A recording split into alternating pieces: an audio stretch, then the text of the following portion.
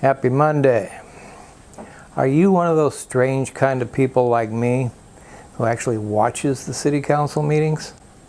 I have to admit, it is part of my job, but it's actually kind of entertaining sometimes too.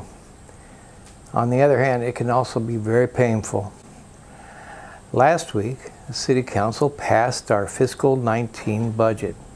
It's a big deal. It decides how the entire city is going to spend its budget for the next year.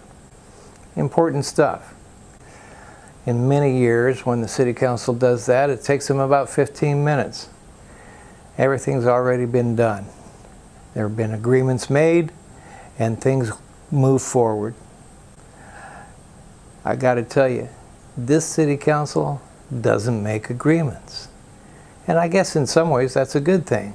It means there's no backroom deals. It's not done and done somewhere in private before. It's done right there in public view.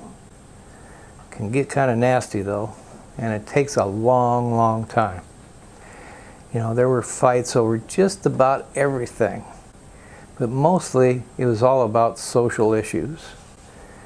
There is a faction of the city who wants to make sure that every social issue gets its due.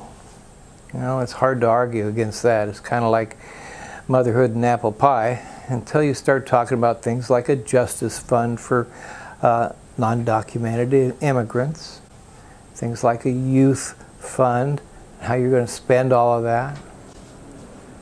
Long story short, it took 6 hours for the council to pass that budget. No, wait, I think it was 7 hours. At any point, it was like 1:30 in the morning when they finally passed it. And I watched the whole thing. It took me 2 sessions. I don't know about you. I can't take all of that in one bite. But I did it.